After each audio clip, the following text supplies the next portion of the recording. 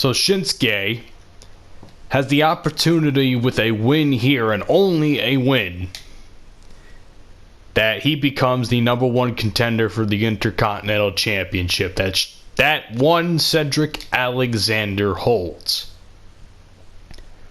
And the reason Shinsuke is getting a shot is pretty simple.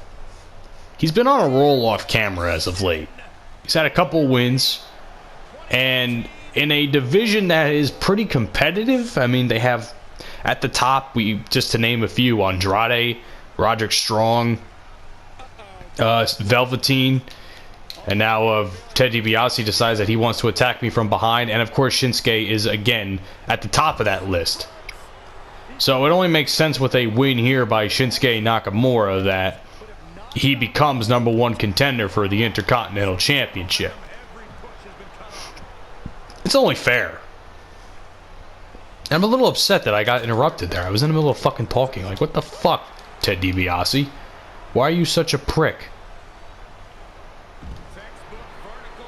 So if someone could correct me here, is it true that Ted DiBiase never became WWE champion back in the 80s?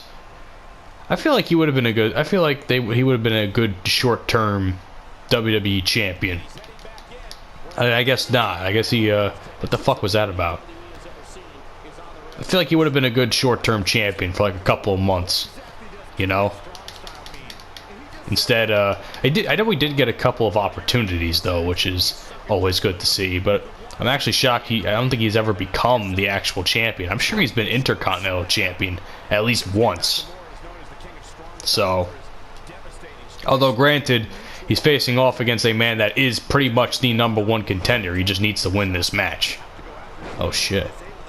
And DiBiase is keeping it competitive though, so you love to see it. You love to see it.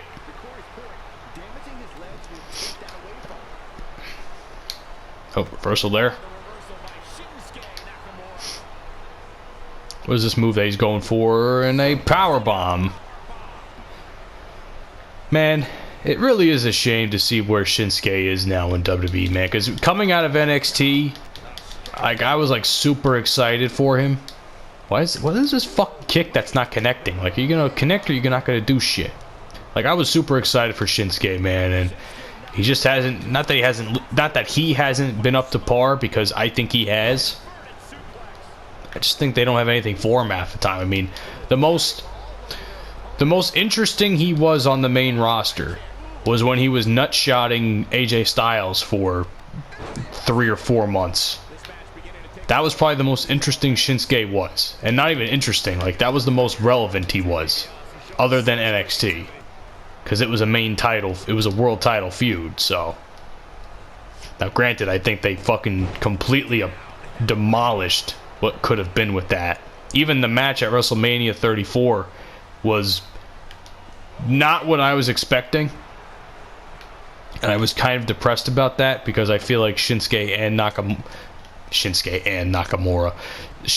AJ could have had probably one of the best matches of the show, and it definitely would have helped a more or less lackluster WrestleMania 34. Nice inverted power slam on the floor of all things. Yeah, but I think if AJ and Nakamura's match at WrestleMania 34 was better, I think it would have definitely made the show a lot better. Because after the second half, it was just, ooh, it was bad. It was a not great show. It's kind of a shame. It really is. Because I want to enjoy WrestleMania every year, but the last couple of years they've just been stacking it up for the sake of putting people on the show. It's not so much about quality anymore, it's about the quantity of matches, which, granted, they have so many fucking titles in the company now that it's kind of impossible to not defend most of them.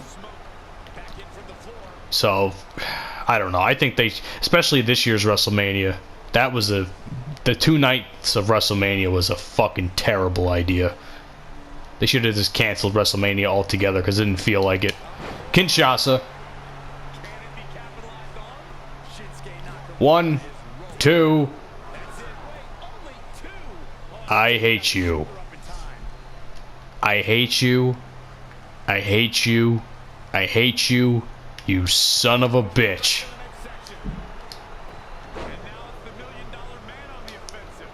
I cannot believe he kicked out of that. I cannot for the life of me understand how and why one Ted DiBiase kicks out of that move. That makes no sense to me. But then again, what the fuck do I know?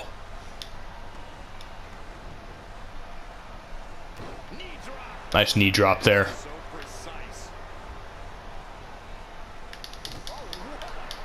Just straight up fucking kick to the face. You gotta love that Japanese strong style. Alright, he's gotta get pinned off that, right?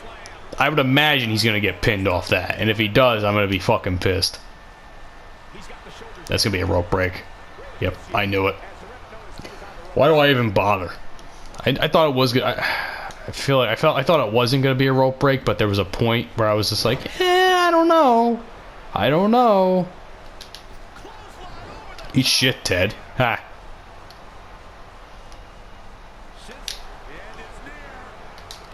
Kinshasa. He's gotta be out. He's gotta be out. He can't survive that. 1, 2, 3. Number 1 contender, Shinsuke Nakamura. So Cedric Alexander is in for a fucking rude awakening come SummerSlam. He is HE double fucked. And I honestly, I'm predicting it now, and I don't like to predict things too early. Shinsuke Nakamura, new champion. New Intercontinental Champion at SummerSlam.